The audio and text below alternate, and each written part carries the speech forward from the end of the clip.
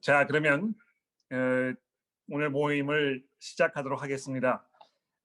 참석하신 여러분들을 진심으로 환영합니다.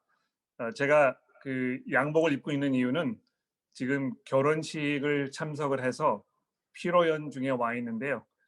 제가 여기 도저히 빠져나갈 수가 없어가지고 그래서 할 수 없이 피로연 중에 제가 나와서 이 모임을 인도하느라고 제가 양복을 입고 있는 것입니다. 그 양해를 구하고요. 이해해 주시면 그러면 감사하겠습니다.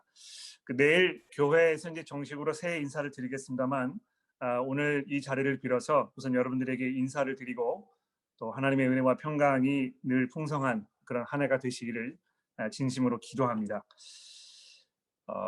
시편 119편 105절에 이런 말씀이 있습니다. 주의 말씀은 내 발의 등이요 내 길의 빛이시니이다. 주의 말씀은 내 발의 등이요 내 길의 빛이니이다. 혹시 그 칠흑과 같은 그런 어둠 속에서 한치의 앞도 내다볼 수 없는 그런 곳에 남겨지셨던 그런 경험을 해보신 적이 있으신지 모르겠습니다. 어두운 밤 시골길을 가다가 갑자기 이 차에 문제가 생겨서 허허 벌판과 같은 그런 곳에서 그 제 손바닥도 볼 수 없는 그런 곳에 있었던 경험이 저에게는 있습니다. 어디가 앞이고 또 어디가 뒤인지 잘 알 수가 없어가지고 한 걸음도 옮기기가 두려운 그런 적이 있었던 것입니다. 근데 그런 상황을 염두에 두었을 때 이 시편의 말씀이 얼마나 중요한 말씀인지 다시 한번 우리가 생각해 보게 됩니다. 하나님의 말씀이 있다는 것이 얼마나 다행이고 이것이 얼마나 감사한 것인가. 주의 말씀이 내 발의 등이요 내 길의 빛이시니이다. 이렇게 하는 이 말씀이 정말 소중하고 귀한 그런 말씀으로 우리에게 다가옵니다. 하나님의 말씀을 읽을 수도 없고 또 그것을 들을 수도 없어서 우리가 아무것도 분간을 할 수 없는 그런 상태에 있지 아니하고 우리가 걸어야 할 길을 밝히 알고 또 하나님의 그 인도를 받을 수 있는 그런 말씀이 우리에게 있다는 것이 얼마나 큰 축복인가, 이거를 우리가 생각해 보게 되는 것입니다. 그래서 오늘 올 한 해에도 우리가 정말 하나님의 말씀을 가까이 하고 또 그 말씀 속에 살아 역사하신 하나님과 풍성한 교제를 나누는 그런 그 한 해를 여러분들이 누리시기를 간절히 소원합니다. 이 성경을 가까이 하는 일이 우리들에게 생명과 같은 일이라는 것을 우리가 잘 알고 있습니다만 실제로 말씀을 가까이 하고 또 이것을 읽고 묵상하며 이것을 순종하는 그러한 일은 정말 많은 노력과 수고를 필요로 하는 그런 일입니다. 이 성경을 가까이 하는 것이 습관화되기 위해서는 그만큼 이 시간적인 어떤 그 투자와 또 노력이 필요한 것입니다. 그래서 우리가 이제 함께 그것을 해 보려고 하는데요. 아마 우리가 이걸 혼자 하지 아니하고 주변에 있는 형제 자매들과 함께 서로 격려해 가면서 이렇게 이 그 말씀을 읽어가는 이런 것이 참 귀중하고 또 소중하고 우리에게 꼭 필요한 것이 아닌가 이렇게 생각을 합니다. 그래서 오늘 이런 시간을 통해서 또 여러분들에게 이제 성경을 읽으시는데 보다 구체적이고 또 실질적인 그런 도움을 제공해 드리면서 여러분들이 성경을 잘 읽으실 수 있도록 제가 격려해 드리고 또 힘을 북돋아 드리려고 그렇게 합니다. 그래서 이 시간을 이 성경 읽기 이제 도움 시간이라 제가 이렇게 이름을 적어 봤는데요. 성도 여러분들 중에 많은 분들이 이미 꾸준히 성경을 잘 읽고 계십니다만 또 그 중에는 그것을 이제 어려워하시는 분도 계시고 또 시작해 봤지만 끝까지 잘 인내하면서 하지 못하시는 분도 많이 계시기 때문에 우리가 좀 서로 도와주는 의미에서 종종 이렇게 함께 모여서 우리의 그 결의를 좀 다지고 또 서로 격려하고 또 읽은 말씀 우리가 생각해보고 이런 시간이 우리에게 도움이 되지 않을까 이렇게 생각을 합니다. 그래서 제가 올 한 해 동안에 이제 총 21번 정도를 이렇게 계획을 하고 있습니다. 성경의 이 모든 부분을 저희가 다 다룰 수는 없습니다만 내용이 조금 복잡하거나 또는 분량이 방대하거나 또는 우리가 자주 접할 기회가 없는 그런 그 부분을 우리가 읽게 될 때 우리가 같이 모여서 한번 생각해보고 또 이 말씀을 어떻게 읽어야 될지 우리가 함께 고민하는 그런 시간을 가져보려고 하는 것입니다. 어제와 오늘 이미 이제 창세기 1장부터 8장을 다 이렇게 읽도록 제가 표를 짜 드렸는데요. 혹시 여러분들 중에 아직 시작을 못 하셨으면 오늘 이 시간이 끝나고 잠자기 들기 이전에 성경을 꼭 읽으시면 좋겠습니다.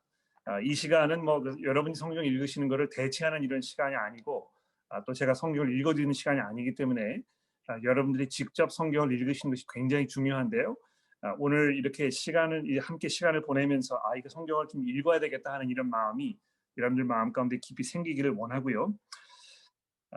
그다음에 이제 제가 주일날에는 특별히 여러분들이 성경을 읽으셔야 할 그 부분을 정해드리지 않았습니다. 그래서 일주일 동안 좀 이렇게 읽는 게 밀리셨거나 시간이 부족하셨거나 그러시면 주일날 특별히 남은 시간을 사용하셔서 그 읽을 분량을 꼭 캐치업을 하시고 그렇게 해 나가시면 그러면 되겠습니다. 이미 말씀을 드렸습니다만 무엇이든지 그 습관화가 되려면 일정 시간이 걸린다는 것을 우리가 염두에 두어야 할 것입니다. 그러니까 너무 쉽게 포기하지 마시고요. 인내하시고 그 다음에 더불어서 이 성경을 읽는 그 파트너를 이렇게 두시는 게 굉장히 좋지 않을까 생각을 합니다. 특별히 여러분 부부로 이렇게 동참을 하셨으면 부부가 서로 이 파트너가 되셔서 성경을 잘 읽고 있는지 확인해 보시기도 하고 또 필요하시다면 저에게 얘기해 주시면 제가 적절한 그 파트너를 여러분들에게 정해 드릴 수도 있으니까 포기하지 마시고요. 꼭 그렇게 해 보실 수 있도록 제가 적극 권해 드리도록 하겠습니다. 이제 서론을 이쯤으로 해두고 이제 우리가 이 창세기의 말씀을 좀 생각해 보려고 하는데 그렇게 하기 이전에 제가 잠시 기도하도록 하겠습니다. 기도합시다. 하나님 아버지 참 감사합니다.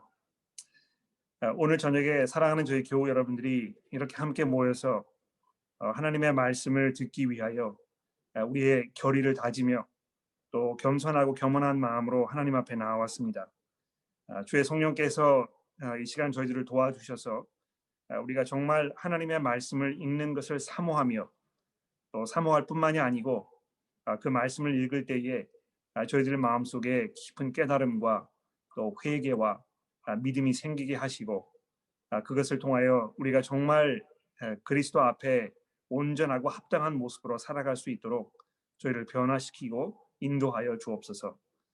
하나님의 말씀이 살아 생명력이 있다고 말씀하셨으니 하나님 저희가 매일매일 꾸준히 성경을 읽어 나아갈 때에 그것이 그냥 장수를 채워가는 그런 일로 끝나지 않게 하시고 우리가 성경을 읽으면 읽을수록 하나님에 대한 더 깊은 이해와 또 하나님에 대한 더 깊은 사랑에 감사하는 마음으로 또 우리의 삶을 돌아보며 온전히 주께 우리의 삶을 맡기는 믿음의 모습으로 나아갈 수 있도록 우리 모두를 인도하여 주옵소서.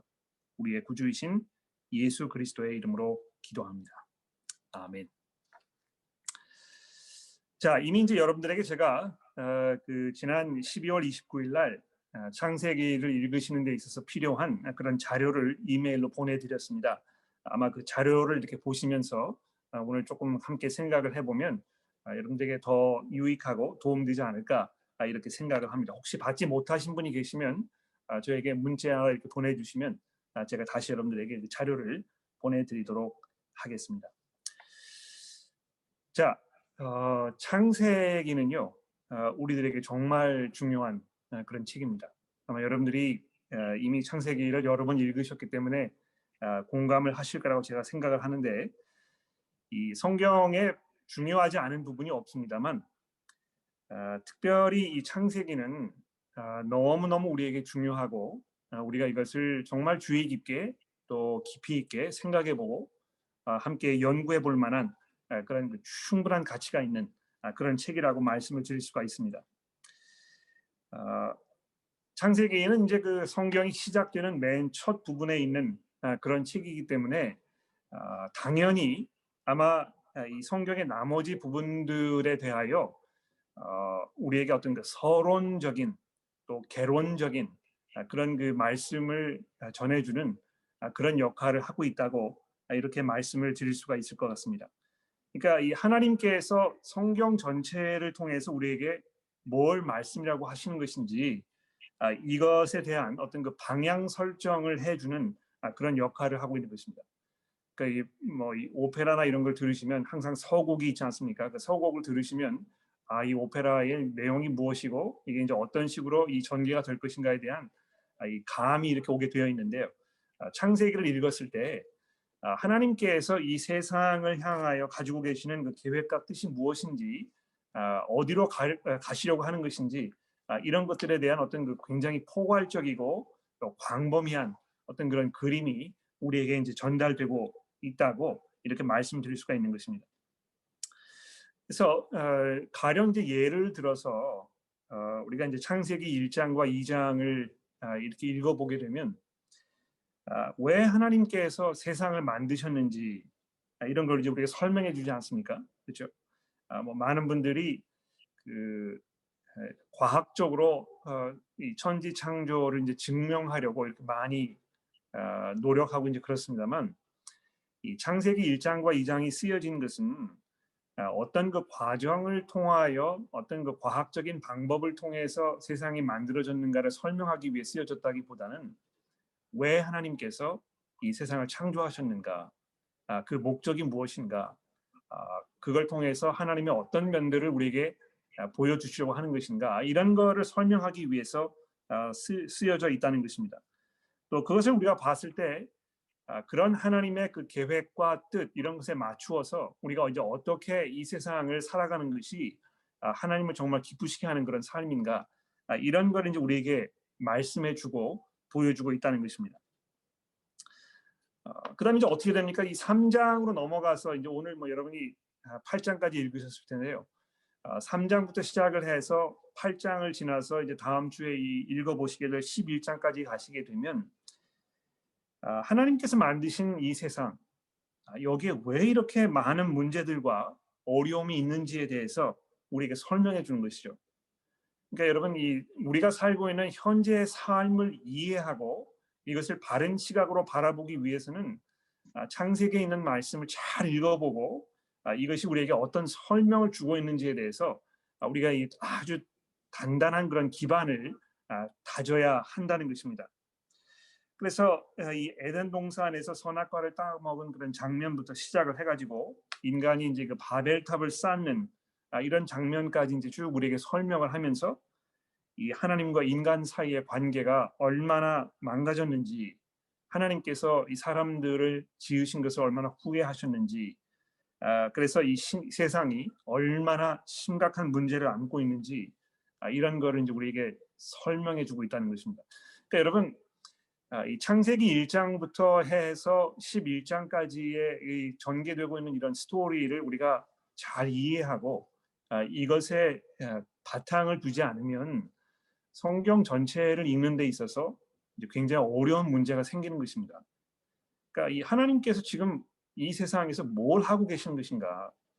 왜 하나님께서 그 오랜 장구한 세월 동안 이스라엘 백성들을 통하여 자기를 계시하시고 또 결국에는 이 예수 그리스도를 이 땅에 보내셨는가? 이런 것에 대한 그 이해를 우리가 갖기 위해서는 이 창세기 1장부터 11장의 말씀을 잘 읽고 거기 있는 내용을 잘 소화하고 이것을 그 우리 시각을 잡아주는 어떤 그 방향타로 이렇게 가지고 있지 않으면 안 된다는 것입니다. 그래서 여러분 이제 성경을 읽기 시작을 하셨으니까 특히 3장부터 11장을 읽으실 때 여기가 이 인간 사회에 대하여 전반적으로 어떤 설명을 하고 있는지 주의 깊게 이렇게 바라보시면서 읽으셔야 될 거라고 생각을 합니다. 뿐만이 아니죠. 제가 이제 보내드린 그 도표에도 설명을 드렸습니다만 거기 보시면 이 3장부터 11장까지요. 하나님께서 인간의 이 모든 문제들을 어떤 식으로 풀어갈 것인지에 대해서 우리에게 이제 힌트를 보여주고 있는 것입니다. 이 창세기 이 3장부터 11장이 그런 면에서 굉장히 중요한 그런 어떤 그 패턴, 하나님께서 세상을 관계하시는 어떤 그 기본적인 그 패턴을 우리에게 잘 설명해주는 그런 굉장히 중요한 부분이라고 이야기를 할 수가 있습니다. 어떤 패턴입니까? 인간이 죄를 저지르지만 그런 죄에 대해서 하나님께서 분명히 심판하시고, 그러나 그 심판하시는 가운데에서도 하나님의 은혜가 드러나는 그래서 다시 시작을 할 수 있도록 가능케 하시는 이런 하나님의 그 은혜에 대하여 이 창세기 1장부터 11장이 우리에게 설명을 해주고 있는 것입니다. 근데 우리가 이제 이걸 이해해야 되는데요. 이 1장부터 11장에 드러나는 그런 그 반복되는 이 패턴이 성경 전체의 기본적인 패턴이라는 것입니다. 그러니까 처음에 하나님께서 이 아담과 하와 또 그들의 후손 이들과 이렇게 관계하셨던 그 모습을 통해서 하나님이 이 온 인류를 어떻게 대하실 것인지 거기에 대한 어떤 그 힌트와 이 열쇠가 담겨 있는 것을 우리가 발견하게 되는 것입니다. 그래서 이 1장부터 11장까지 이 전반부만 우리가 살펴보아도 창세기가 얼마나 중요한 책인지 우리가 조금 이제 이해를 할 수가 있게 되는 것이죠. 더 나아가서는요, 이 하나님께서 이제 이 인간이 안고 있는 이 모든 문제들을 어떤 식으로 해결할 것인지를 설명하시기 위해서 이 청사진을 이제 창세기를 통해서 우리에게 제공하고 계신 것입니다. 이 마치 모든 문제를 풀어가는 데 있어서 절대적인 역할을 하는 어떤 그 열쇠와 같은 그런 역할을 특히 이제 이 창세기 12장이 우리에게 하고 있는데요. 여러분 이제 그 월요일 날 아마 9장, 10장, 11장, 12장, 13장까지 읽게 되실 텐데 굉장히 중요한 그런 결정적인 부분이기 때문에 여러분이 월요일 날 성경을 읽으실 때 눈을 크게 뜨시고 마음을 잘 가다듬으시고 이 부분을 잘 읽으셔야 할 것입니다. 창세기 12장에 보면 하나님께서 느닷없이 먼 그 이국 땅에서 이방 신들을 섬기던 어떤 가정을 부르셔가지고 그 가정에서 아브라함이라는 인물을 자기에게 부르시는 그런 장면이 시작이 되고 있습니다. 성경학자들은요, 이 창세기에 등장하는 그 아브라함을 부르시는 이 사건이 이 복음의 기초라 나머지 성경 모든 부분을 우리에게 해석해주는 어떤 그 해석의 기반이 되는 부분이라 이렇게 많이 이야기합니다. 여러분 그 하나님께서 아브라함에게 이제 뭐라고 약속을 하셨습니까? 내가 내게 보여줄 그 땅으로 가라. 그렇죠? 또 내가 너로 큰 민족을 이루고 내게 복을 주어 내 이름을 창대하게 할 것이다. 그래서 땅의 모든 민족이 너로 말미암아 복을 얻을 것이다. 그래서 하나님께서 이제 이 아브라함에게 큰 민족을 이루고 그에게 살 곳을 이렇게 제공해 주시고 그래서 그 아브라함과 그 후손을 통하여 모든 사람들이 하나님의 복을 누리게 되는 이런 그 개념을 이제 우리가 설명하고 있는 것입니다. 근데 여러분 이거 보시면 바로 그 속에 이 하나님의 나라에 대한 아주 분명한 그런 개념이 이제 설명이 되고 있는 것입니다. 여러분 그 나라가 존재하기 위해서는 뭐가 필요합니까? 영토가 필요하잖아요. 그렇죠? 나라 이제 땅이 없는 민족은 사실 존재하지 않습니다. 그러니까 이 땅이 있어야 하고 그다음에 그 땅에 살고 있는 그 사람들이 있어야 되잖아요. 그렇죠?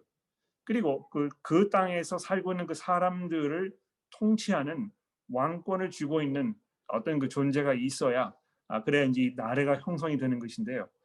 하나님께서 의도적으로 아브라함을 부르셔서 그를 축복하셔서 그와 계약 관계를 맺으셨을 때 그 사람을 통하여 이스라엘 백성들을 하나님의 백성으로 삼으시고 그들 가운데 하나님의 나라를 완성하시겠다고 이렇게 지금 암시적으로 이제 이 약속을 하고 말씀하고 계신 것입니다. 그러니까 어떤 면에서는요, 창세기의 이 나머지 부분들, 그러니까 이제 그 12장부터 이제 50장까지 쭉 읽어 나가시면 그 아브라함의 아들인 이삭과 이삭의 아들인 야곱과 야곱의 12아들에 대한 그 이야기가 이제 쭉 설명이 되고 있지 않습니까?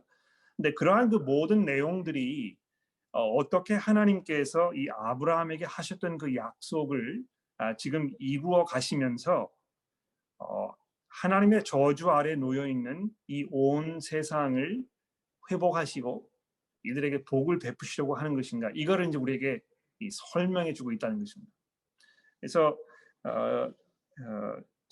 12장부터 50장까지 이제 우리가 한 2주에 걸쳐서 쭉 읽게 될 텐데요. 굉장히 거기에 보면 하나님께서 어떻게 인간들을 관계하시고 어떻게 그들에게 하나님의 뜻을 나타내시고 인간들을 대하시는지에 대해서 아주 자세하게 우리에게 설명을 해주고 있습니다. 그러니까 여기 보시면 아, 아브라함과 그의 후손을 통하여 그들에게 복을 주셔서 그 후손들로 하여금 이 모든 사람들이 복을 얻게 하시겠다고 하셨는데 그럼 그 아브라함의 후손이 누구인가? 과연 이 모든 민족들에게 복을 베풀게 될 이 아브라함의 후손이 누가 될 것인가? 이거에 대해서 이제 쭉 설명을 해 나가고 있다는 것입니다. 그러니까 여러분 창세기 맨 마지막 장에 가시면 거기 등장하는 그 인물이 누구입니까? 요셉이잖아요, 그렇죠? 근데 요셉이라는 사람이요, 아, 애굽에 내려가 가지고 거기 총리가 됐잖아요, 그렇죠? 근데 그 총리가 됐을 뿐만이 아니고 그 땅에 흉년이 들어가지고 많은 사람들이 굶어 죽지 않았습니까? 근데 이 요셉이라는 사람을 통하여 그 땅의 그 모진 풍파를 잘 이겨내고 그 사람들이 하나님의 복을 누리는 이런 장면까지 이제 쭉 설명이 되고 있는데 이런 걸 이제 우리가 쭉 훑어보면서 이 하나님께서 말씀하셨던 그 아브라함에게 약속하셨던 그 약속이 이 요셉이라는 사람을 지금 염두에 두고 하신 것이구나. 이런 생각이 들 수 있을 정도로 그 이야기가 쭉 이렇게 흘러나가고 있습니다. 마치 거기에 이 모든 것이 종결되는 것과 같은 그런 모습을 이제 우리가 듣게 되는 것입니다. 근데 여러분이 이 12장부터 이제 50장까지 쭉 읽어 나가시면 아시겠습니다만 그게 그렇게 단순하지가 않다는 것입니다. 왜냐하면 하나님께서는 사람들이 기대하지 않았던 방법으로 전혀 그러한 역할을 감당할 것 같지 않은 사람에게 자꾸 시선을 돌리시면서 마치 그 사람이 이 아브라함의 그 약속을 성취할 어떤 그 후계자인 것처럼 이렇게 자꾸 우리에게 던져지고 있다는 것입니다. 그러니까 여러분 보십시오. 그 아브라함에게 아들이 없어가지고 아브라함이 막 조급해하는데 이방 여인을 얻어다가 아들을 얻었잖아요. 그렇죠? 이스마엘이라는 사람을 얻었습니다. 근데 하나님께서 그렇게 하지 말아라. 내가 다 알아서 할 테니까 염려하지 마라. 이렇게 하면서 이삭을 주셨는데 이삭에게 아들이 또 2명이 있지 않았습니까? 당연히 큰 아들이 그런 그 장자권을 받아가지고 이 가족을 계승할 것처럼 느껴졌었는데 하나님 그렇게 하지 아니하시고 그 동생인 야곱에게 이 장자권을 넘겨주시고 근데 이 야곱이라는 사람을 돌아보니까 이 사람이 형편없는 사기꾼이고 이래서 모진장 고생을 하고 이런 모습을 계속 보여주는 것입니다. 또 그의 그 아들이었던 12아들의 그 상황을 보십시오. 그 야곱이라는 사람의 집안 형편을 보면 도저히 이 집안 형편을 봤을 때 하나님의 약속이 이 가정을 통하여 이 땅에 현실화될 거라고 이렇게 짐작하기 어려운 그런 굉장히 복잡한 관계에 얽혀 있는 그런 모습을 우리가 보게 되는 것입니다.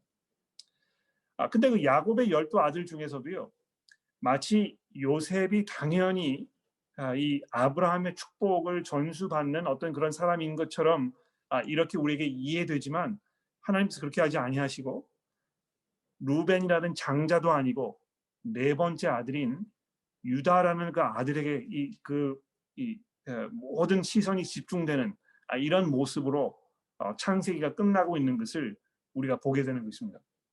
그러니까 여러분 창세기를 쭉 읽어 나가실 때요, 지금 하나님께서 어떤 방식으로 일하고 계시는가, 거기에 등장하는 모든 사람들에게 하나님께서 어떤 식으로 대하고 계시고 그것을 통해서 어떤 그 패턴, 하나님의 어떤 그 속성 이런 거를 우리에게 보여주고 계시는가, 이런 것들을 여러분이 잘 염두에 두시면서 성경을 쭉 읽어 나가셔야 될 거라고 생각을 합니다. 그래서 제가 이 나누어 드린 그 자료에 아브라함에서 요셉의 그 아들들까지의 그 도표를 쭉 적어 드렸는데요.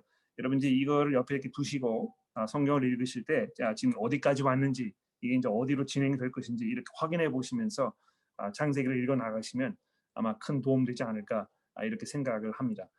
그래서 여러분 그 창세기를 이제 다 읽으신 다음에 우리가 이제 그 출애굽기로 넘어갈 때 또 한번 이렇게 모이는 시간을 갖게 될 텐데요.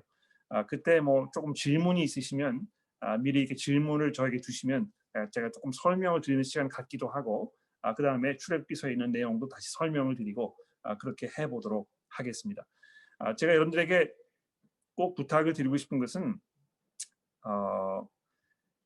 그냥 장수를 이렇게 채워가기 위해서 그냥 읽지 마시고 이 읽은 본문 말씀을 통하여 하나님에 대한 어떤 새로운 것들을 내가 발견하게 되는가, 또 하나님께서 이 말씀을 통하여 우리 인간 사회에 대하여 어떠한 것들을 지금 가르쳐 주고 계시는가, 또 우리가 어떻게 하나님과 올바르게 관계할 수 있는가, 거기에 대해서 이 본문 말씀이 우리에게 뭘 가르쳐 주고 있는가, 이런 그 세 가지 중요한 질문들을 자꾸 던지시면서 성경을 읽어 나가시면 그러면 아마 그 습관을 이렇게 갖추시는 것뿐만이 아니고 성경을 그 읽고 또 접근하는 그 방식에 대해서 아마 눈이 점점 떠지지 않을까 이렇게 생각을 합니다.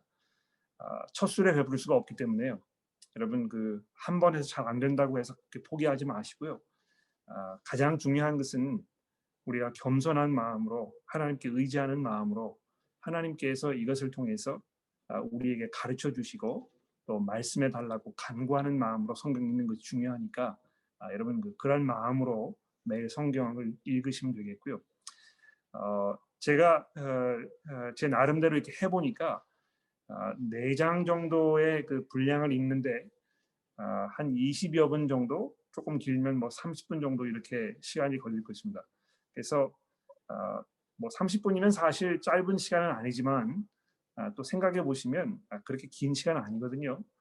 특히 이렇게 부부로 계시는 분들 경우에는 번갈아 가면서 큰 소리로 이렇게 서로 읽어주고 이렇게 하시면 아마 훨씬 더 집중하시는데 큰 도움 되지 않을까 그렇게 생각을 합니다. 그래서 제가 기도하는 바는 가정에서 남편과 아내 되시는 분들이 또는 아주 가까운 어떤 친구분들과 함께 짝을 지셔가지고 성경을 꾸준히 읽을 수 있도록 격려해주고 또 확인해주고 이런 그 모습들이 우리 가운데 계속 있어지기를 바라고요. 또 그런 그 좋은 사례들을 제가 좀 전해드릴 수 있으면 그러면 정말 좋지 않을까 그렇게 생각을 합니다. 이렇게 해서 첫 번째 시간을 이제 정리를 해보도록 하겠습니다. 좀 도움이 되셨기를 바라고요.